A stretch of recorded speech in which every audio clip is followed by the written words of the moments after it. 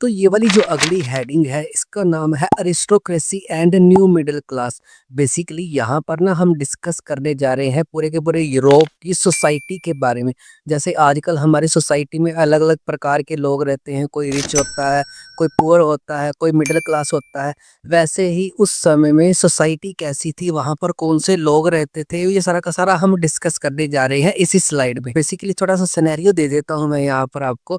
यहाँ पर aristocracy class है ना, यूरोप की ऐसी क्लास थी जो टॉप क्लास यहाँ पर लोग रहते थे। यहाँ पर जैसे राजा राजे के रिलेटिव्स हो गया, जो हाई हाई पोजीशन पे थे सोसाइटी में, ये पूरा का पूरा एंजॉय करते थे। ये कैसे क्या करते थे वो आगे सारा बताऊंगा। और दूसरी तरफ जो न्यू मिडिल क्लास थी, ये सोसाइटी में नई आई थी, ये सोसाइटी में नई एमर्ज हुई थी। इस स्लाइड को करने के बाद आपको पूरा का पूरा पता चल जाएगा हाँ भी अरिस्टोक्रेसी क्या क्या करती थी, और जो न्यू मिडिल क्लास थी उसमें कौन कौन से लोग शामिल थे और सोसाइटी में उसका क्या रोल था। तो हम शुरू करते हैं इस स्लाइड का ऑपरेशन। इसमें हम सबसे पहले डिस्कस कर लेते हैं अरिस्टोक्रेसी क्लास के बारे में डिस्कस। तो ये वाले लोग थे ना, डोमिनेंट क्लास की लोग माने जाते थे। डोमिनेंट क्लास का मतलब क्या होता है, जो पूरी की पूरी ऐशो आराम से रहते हैं, रूल करते हैं, तो ये प्रिविलेजेस का एंजॉय करते थे। मतलब ये वाली जो क्लास थी पूरी की पूरी इंजॉयबल थी, सोसाइटी में एंजॉय करती थी और कोई भी टैक्स नहीं देती थी, ऐसे बिंदास रहती थी। अगली बात, इनके इनके ना कॉमन कल्चर थे। इनका कल्चर क्या था, कॉमन था। इनका जो रीति रिवाज था, कल्चर था, वो सारा कॉमन था। अरिस्टोक्रेसी क्लास चाहे किसी भी देश की हो, यूरोप में किसी भी देश की, फ्रांस की हो चाहे रशिया की हो, वो सारे की सारी डोमिनेंट क्लास थी और उनका कल्चर भी सेम था। मतलब सारे अमीर जाति से संबंध रखते थे, ऐसे समझ लो। अगली बात, उनके पास अपनी ओन क्या थी, एक स्टेट्स थी। स्टेट्स का मतलब क्या होता है, उनके पास बड़ा ज्यादा खुली जमीन थी, उनके पास बड़ी ज्यादा प्रॉपर्टी थी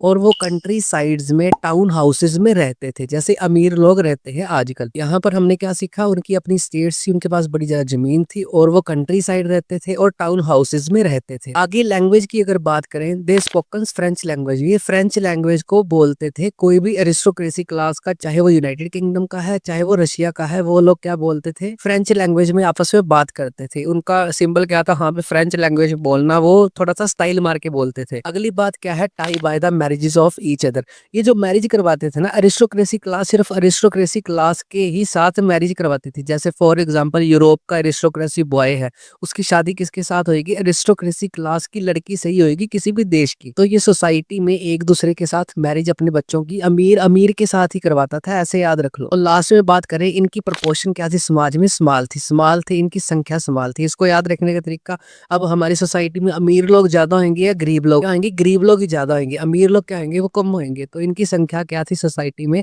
अरिस्टोक्रेसी की क्या थी, स्मॉल प्रोपोर्शन में रहते थे। आई होप ये सारा का सारा क्राइटेरिया आपको अरिस्टोक्रेसी का अच्छी तरह समझ आ गया।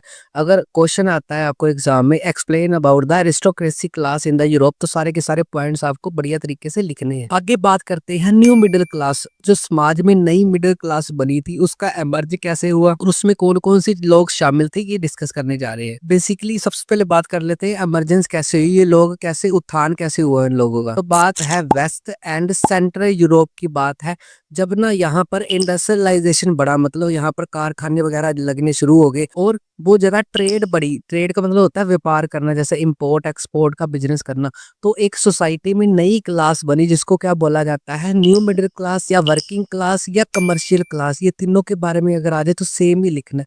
तो सोसाइटी में क्या हुआ, वेस्ट और सेंट्रल यूरोप के पार्ट्स में इंडस्ट्रियलाइजेशन हुआ, जिसके चक्कर में ट्रेड भी बढ़ गया, व्यापार भी बढ़ गया और सोसाइटी में एक नए समाज की स्थापना हुई, जिसको क्या बोला जाता है, या तो middle class, new middle class, या क्या बोला जाता है वर्किंग क्लास, ये वर्क करती थी, या कमर्शियल क्लास जिनके पास पैसे आने शुरू हो गए थे। अब सोसाइटी में अरिस्टोक्रेसी के साथ साथ ये कमर्शियल क्लास, वर्किंग क्लास या न्यू मिडिल क्लास भी अब शामिल हो गई थी। अब बात करते हैं यहाँ पर कौन कौन से लोग इसमें शामिल थे। तो आपने कुछ कैटेगरी याद रखनी है, जैसे इंडस्ट्रियलिस्ट, बिजनेसमैन एंड प्रोफेशनल, ये सारे के सारे लोग इसमें शामिल थे। इंडस्ट्रियलिस्ट मतलब बड़े बड़े कारखानों के मालिक इसमें शामिल थे। बिजनेसमैन जो बिजनेस करते थे एक जगह से दूसरी जगह, वो भी शामिल थे। और प्रोफेशनल जो अपने काम में पूरे के पूरे प्रोफेशनल होते हैं। अब बेसिकली एक बात यहाँ पर नोट रखनी है, ये वाली जो क्लास थी ना, ये एजुकेटेड क्लास थी। मतलब ऐसे बिजनेस ऐसे तो नहीं होता ना, अगर दिमाग में कुछ होएगा, एजुकेशन होएगी हमारे पास, तभी हम ये तीनों बन सकते हैं, प्रोफेशनल बन सकते हैं, इंडस्ट्रियलिस्ट बन सकते हैं और बिजनेस बन सकते हैं।